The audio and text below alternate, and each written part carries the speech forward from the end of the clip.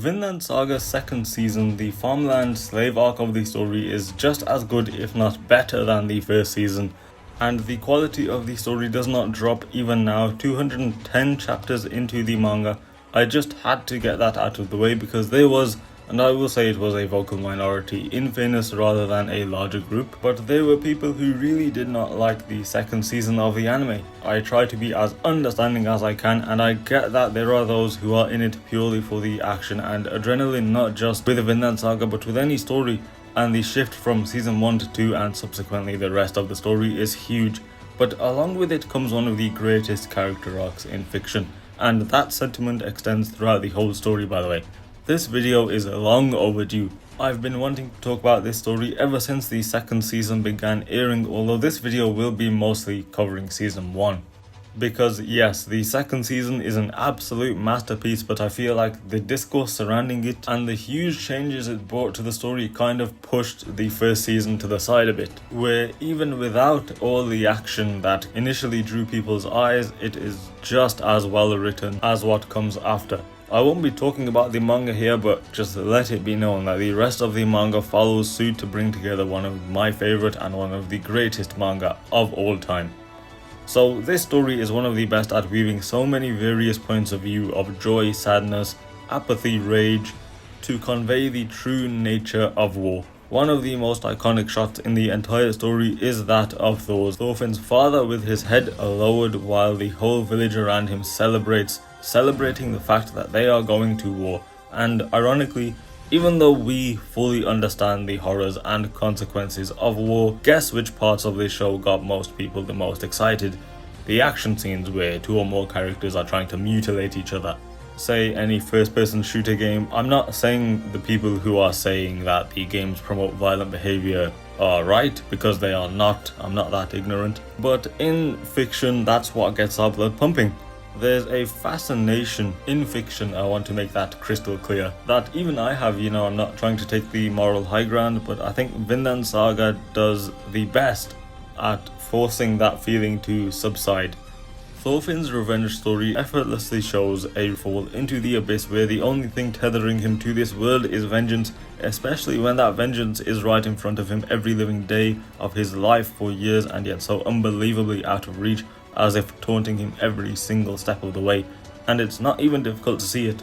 The stunning animation and fluidity is obviously stunning, but it does not take a genius to understand that the action is just a mechanism to show us Thorfinn's current worldview. He very rarely speaks, and we very rarely get to see his inner thoughts in this first part. It's almost as if he is a side character in his own story. He grew up alongside the biggest of men, metaphorically, in his father Thor's, who was by all intents and purposes the main character. Thorfinn was told stories of the grandeur of far-off lands from Leif. He's a kid whose head became filled with ideas that went too far for his own good back then, because he was too young to understand, even if it was spelled out right in front of him. Because he was a kid sheltered from the real world, and what child doesn't hear about all the things they could do in the future and all the different routes, possibilities, every dream that down the line could become a reality, 99 times out of 100 will never ever come to pass. And obviously what happens in the story is a very extreme example, but when Thor's died, what becomes of Thorfinn as a character, except for very little beyond an obsessed, rage-driven, arguably one-note character? Because it wasn't his story before, and it's even further from being his story now.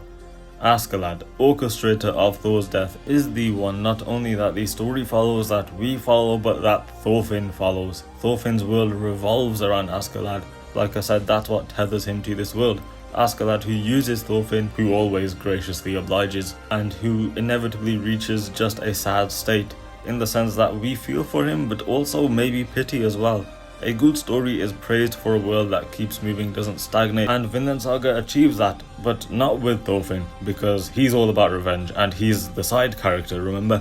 But with Askeladd and with Canute, who both respectively have their times to shine, or cower, which gives us a big reaction, positive or negative, that Thorfinn's revenge quest, for a time at least, does not give. Askeladd, who gets his own development where we learn of his youth, and although it doesn't excuse his actions, they shed a different perspective on things, and Canute, what happens to him doesn't need explaining. a cowering boy to a future king with a new purpose. Meanwhile, Thorfinn's still on that whole revenge thing and slowly fading more and more into the background of other people's narratives. And Askeladd's death is the breaking point where Thorfinn finally understands this isn't about me. He tries so hard to gain this one thing, and at first he probably thought it would be easy. Then he failed. Reality peeked out from behind the curtain and reared its ugly face until he's wasted half of his life because he didn't look past what was right in front of him. I do not want to bash the education system, but the main thing it was there for, the education, is the one part most people hated the most. We spend how many years of our lives in education, near enough 15 at a minimum for most people, but only to reach a stage where you slip up once and it just all comes falling apart. Now what? I've spent how many years doing this and it didn't even work. And from there is a multitude of different directions someone can go, good or bad or very bad. And Thorfinn definitely went down the very, very bad.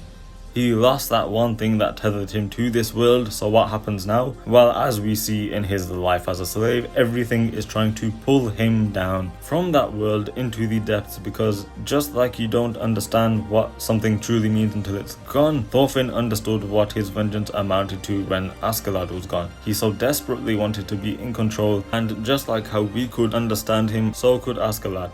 He's so simple that Askeladd could easily fend him off. Why should Thorfinn get what he wants just because we are following him? His story is not like others that validates a reader's own sense of being the protagonist of their story. This is the truth, the unbelievably harsh truth of a harsh world, where the only person who thinks that you are important is you. And the slave Thorfinn is just a nobody, just getting by. And now to that slave Thorfinn farmland arc. The world isn't fair, it's cruel, unjust, will throw everything at you. Some will have it far worse than others. But with all of this pessimistic, nihilistic talk, what actually matters is what you choose to do after the fact. What should you do now? Asking that question could just as easily lead you down a dark path as it could a light one. Everyone has their own circumstances where they may not even be allowed the luxury of another chance.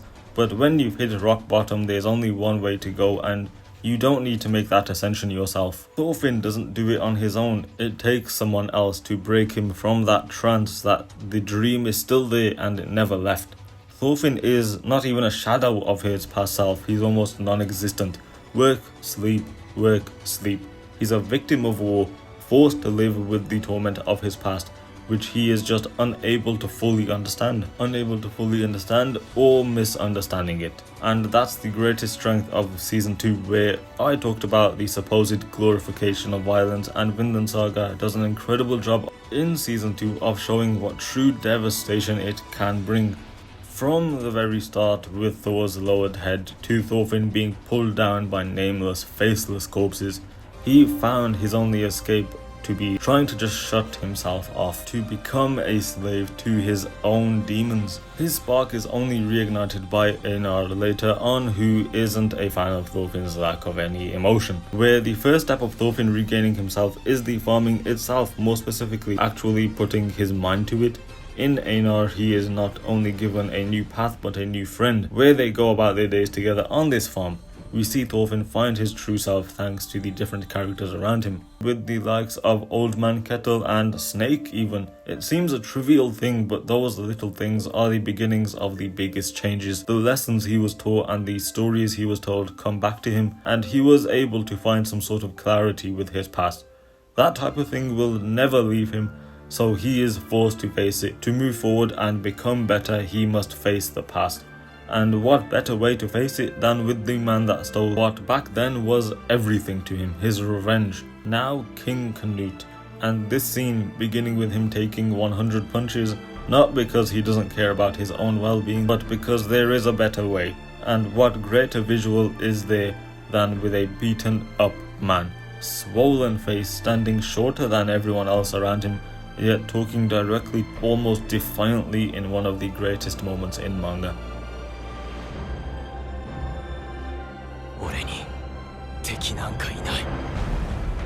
The abrupt switch between the first two seasons was always going to catch people off guard, and not everyone cares for looking in between to find the greater meaning of something.